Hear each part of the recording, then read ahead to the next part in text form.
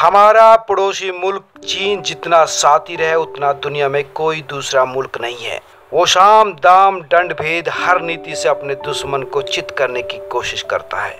पिछले काफी वक्त से बॉर्डर पर टेंशन चल रही है और चीन भारत को बातचीत में उलझाकर अपनी तैयारी मुकम्मल कर रहा है और 15 जून की जिम्मेदार भारत को बता रहा है। लेकिन लगातार भारत को आंख दिखाने वाला चीन अब एकदम भारत की तारीफ करने लगा है। लेकिन वो तारीफ इसलिए नहीं कर रहा कि वो सुधर गया, बल्कि इसके पीछे उसका शातिर दिमाग है, उसकी रणनीति है।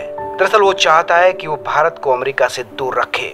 जी हाँ, पिछले दिनों जब से अमेरिकी विदेश मंत्री ने अपनी सेना एशिया में भेजने की बात की है, तब से चीन के पैरों के नीचे की जमीन खिसकी हुई है। सच कहा तुलसीदास जी ने, भय बिन होत न प्रीत। जी हाँ, अब भारत की तारीफ करने के पीछे चीन का मकसद सिर्फ ये है कि वो किसी भी तरह से भारत को अमेरिका से दूर रखे।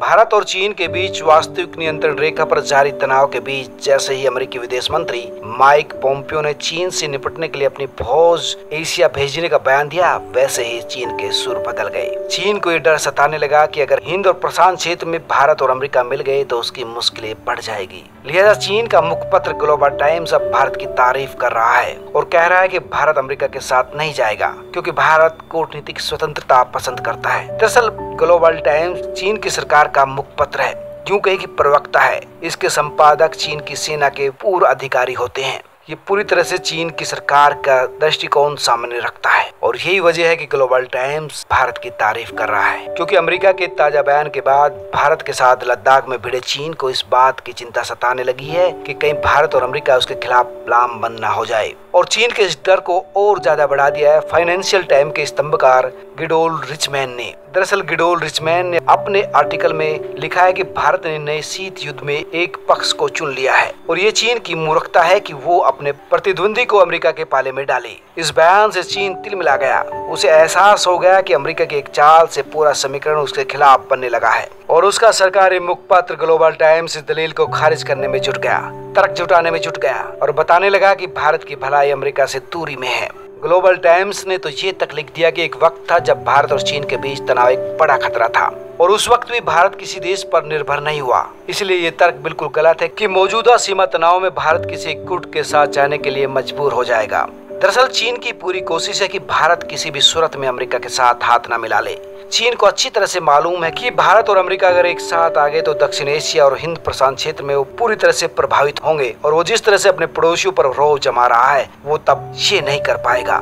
चीन ने भारत और अमेरिका की दोस्ती में दरार डालने के लिए रूस तक का जिक्र कर डाला। ग्लोबल टाइम्स में लिखा गया कि रूस से हथियारों का सौदा कर भारत ने अमेरिका को बता दिया है कि वो उसे कितनी अहमियत देता है। यही नहीं, उसने यहाँ तक कह दिया कि भारत और अमेरिका एक दूसरे का महज इस्तेमाल करते हैं। भारत पाकिस्तान को काबू करने के लिए अमेरिका से करीबी बढ़ाता है तो दूसरी तरफ अमेरिका हिंद प्रशांत क्षेत्र में चीन को नकेल कसने के लिए भारत का इस्तेमाल करता है। इसके बाद ग्लोबल टाइम्स लिखता है, भारत और अमेरिका की दोस्ती से बेचैन होते चीन ने यहाँ तक लिख डाला कि भारत को अच्छी तरह से मालूम है कि अमेरिका उसके लक्ष्य को पूरा करने में उसकी मदद नहीं करेगा। तो साफ है कि चीन अब अपने आप को बेहद असुरक्षित महसूस करने लगा है। एक तरफ भारत ने रूस के साथ हथियारों की डील कर चीन की चिंता बढ़ा दी तो दूसरी तरफ भारत समेत अपने पड़ोसी देशों के साथ अमेरिका के समर्थन ने उसको और ड्रैगन अब दूसरी नीति अपनाने लगा है। लेकिन भारत चीन को भी जानता है और अमेरिका को भी। उसे पता है कि उसको अपने हित कैसे सुरक्षित रखने हैं। सब्सक्राइब करें, लाइक करें और अपने दोस्तों के साथ शेयर भी करें।